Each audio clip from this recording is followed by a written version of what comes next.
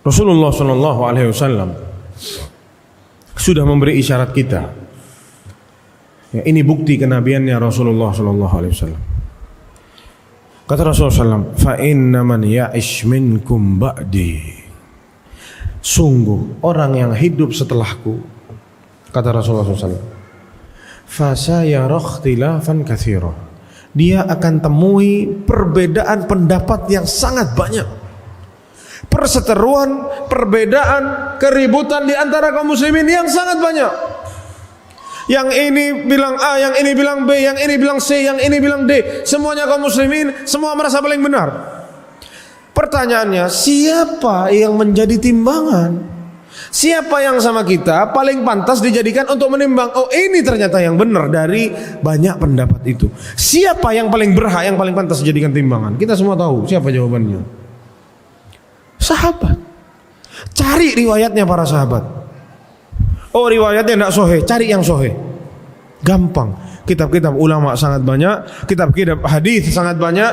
Ya. Ada Muwatta Imam Malik, ada Musnad Imam Ahmad, ada Sahih Al-Bukhari, Sahih Muslim.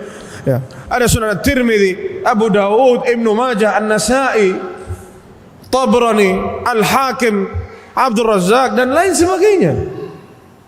Buka itu, ada jutaan riwayat jamaah.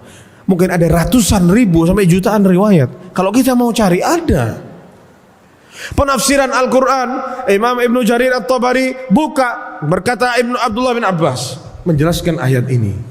Antum tahu jamaah, ada satu ayat, kalau tidak salah dalam surat At-Taha, wa fatannaka futuna. Saat Allah ceritakan kisahnya Nabi Musa alaihi salam, katanya Allah Subhanahu wa taala saat menjelaskan cerita Nabi Musa, wa fatannaka futuna, wahai Musa, kami benar-benar memberimu ujian. Wa fatannaka, kami fitnah kamu, kami uji kamu wahai Musa, benar-benar kami uji. Kalimatnya pendek, wa fatannaka futuna. Datang Sa'id bin Musayyib, seorang tabi'in, baca ayat ini, wa fatannaka futuna, kami uji engkau wahai Musa, benar-benar ujian yang benar-benar ujian betul. Ujian dari melahirkannya, ibunya diuji, membesarkannya, ngadepi Fir'aun, ngadepi Bani Israel. Ini ujian Nabi Musa. Ceritanya sangat panjang. Sa'id bin Musayyib atau Sa'id bin Jubair salah satu saat baca ayat ini, seorang tabi'in, ulama dari para tabi'in, muridnya Ibnu Abbas, datang sore-sore ke rumahnya Abdullah bin Abbas. Katanya Sa'id bin Musayyib atau Sa'id bin Jubair, wahai Ibnu Abbas, apa tafsirannya wa fatannaka futuna? Antum tahu katanya Ibnu Abbas apa? Kamu datangnya terlalu sore. Besok pagi kamu datang ke sini, ana tafsirkan ayat itu. Wa fatannaka futuna, 3 ayat, 3 kalimat.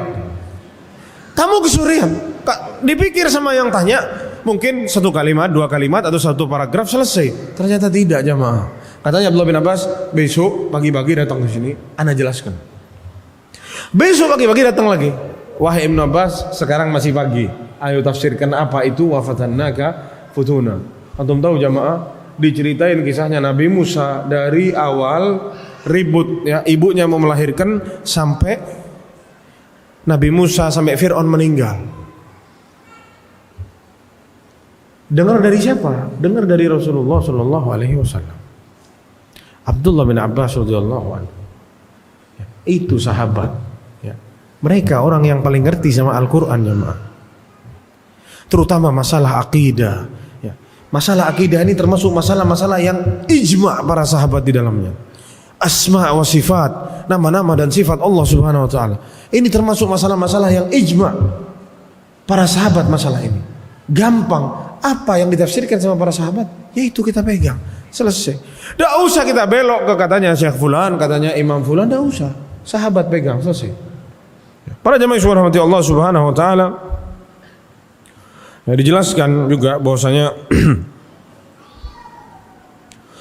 banyak athar-athar dari para sahabat dan para salafus saleh wal a'immah dan imam-imam juga,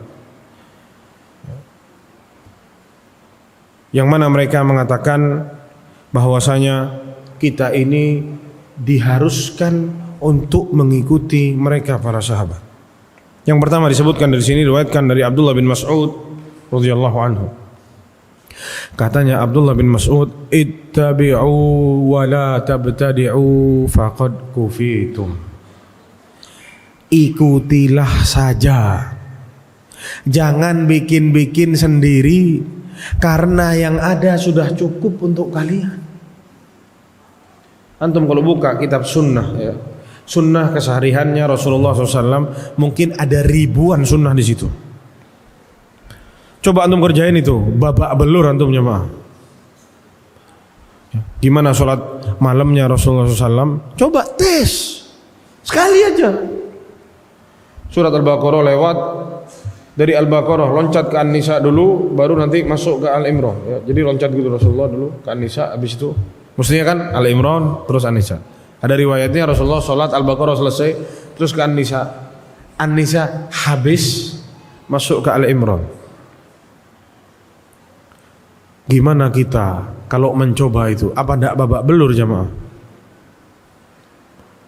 Bahkan duduk pun kita tidak mampu. Sudahlah, tidak usah sholat berdiri, sholat duduk aja, baca Al-Baqarah sampai habis, lanjut ke surat An-Nisa sampai habis. Tidak mampu. Tidak usah berdiri, duduk aja. Sunnah Nabi dahsyat ya, ada ribuan. Kata para sahabat, ikuti saja yang ada, jangan ditambah-tambahin. Itu sudah cukup, katanya Abdullah bin Mas'ud radhiyallahu anhu ya. Dan juga dikatakan oleh Imam Al-Auza'i rahimahullah ya, isbir nafsaka ala sunnah. Dengar ini kata-kata, sabarlah kalian di atas sunnah. Waqif haitsu waqafal qaum, dan berhenti, berdirilah di mana mereka kaum itu berhenti. Siapa yang dimaksud? Sahabat. Sahabat masalah ini bilang A, ikuti bilang A. Jangan kita jalan-jalan ke yang lain. Qif haitsu waqafal qaum, berhenti di mana mereka berhenti. Pegang apa yang dipegang sama mereka. Qif haitsu waqafal qaum wa qul bima qalu, katakan apa yang mereka katakan. Sahabat bilang apa, ya itu yang kita ikuti. Wa kaf amma kafu anhu, dan stop atas apa yang mereka tidak berbuat. Kalau sahabat tidak berbuat seperti itu, jangan kita buat itu. Stop. Sahabat berlepas diri, anda tidak pernah buat seperti itu. Sahabat dicek tidak ada yang berbuat, tidak ada yang berpahaman seperti itu, ya sudah kita berhenti. Tidak usah kita ikut-ikut orang-orang yang tidak sama dengan para sahabat. Wasluk sabila salafika salih, dan ikuti jalannya para pendahulu-pendahulumu yang soleh dari para sahabat, para tabi'in dan para tabi'ut tabi'in ya. Itu yang dikatakan oleh Imam Al-Auza'i rahimahullah. Dan juga beliau mengatakan, alaika bi atharis salaf wa in rafadakan nas. Allahu akbar. Kita lihat zaman sekarang jamaah ya, orang-orang yang mengajak orang kepada sunnah itu dibenci sama orang. Iya atau enggak? Ya. Dicap, dituduh dengan 1000 tuduhan. Cuman ngasih tahu, ngajak orang ke sunnah, ribut, bubarkan kajian, jangan dikasih, bahaya. Cuman mau sampaikan sunnah Nabi. Dan orang-orang terdahulu, para ulama terdahulu dari kalangan para tabi'in, ya para sahabat, sudah tahu ini. Orang yang mendakwahkan ini akan dibenci sama orang. Makanya Imam Auza'i mengatakan, alaika bi atharis salaf wa in rafadakan nas. Bagi kalian, bagimu berpegang teguh kepada riwayat-riwayat dari para salafus saleh meskipun engkau ditolak oleh banyak orang. Pegang teguh itu. Dan ini sejalan sama sabda Rasulullah SAW. Kata Rasulullah SAW, alaikum bi sunnati, bagi kalian sunnahku. Setelah melanjutkan tadi yang tadi, kita sudah ikat potong jemaah, loncat ke mana-mana tadi, anak lupa. Kata Rasulullah, orang yang hidup setelahku akan melihat banyak perselisihan yang sangat banyak. Sama Rasulullah dikasih jalan keluar. Alaikum bi sunnati, bagi kalian sunnahku. Dan sunnahnya siapa? Khulafa'ur rasyidin al-mahdiyyin min ba'di.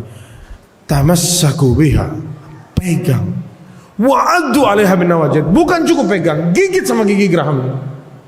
Katanya para ulama, ini isyarat dari Rasulullah bahwasanya perlu ketangguhan dan kekuatan untuk berpegang pada sunnah ini. Karena ya ini tadi akan dibenci sama orang, dimusuhi sama orang. Jadi pegang aja tidak cukup, perlu digigit. Dan ini dikatakan oleh Imam Al-Auza'i, pegang teguh itu ya, sunnah Nabi dan apa yang dipahami para salafus soleh tentang agama ini, meskipun kamu dibenci sama orang. Wa iyyaka wa ra'yir rijal, dan hati-hati kalian jauhi itu pendapat-pendapat orang-orang yang tidak jelas. Pendapatnya fulan begini, pendapatnya fulan begini, menggiring dulu itu. Pegang pendapatnya para sahabat, para salafus soleh dulu. Itu didulukan. Wa in zakhrafuhu laka bil qaul, meskipun omongan itu sama mereka dihiasi untukmu, dibikin indah omongannya, kata-kata bijak, omongan-omongan orang, bukan para sahabat, bukan para salafus saleh. Suruh pinggir dulu itu, nanti itu belakangan. Pegang dulu nih yang inti, pegang dulu yang jelas jalurnya. Dari Rasulullah langsung ke para sahabat.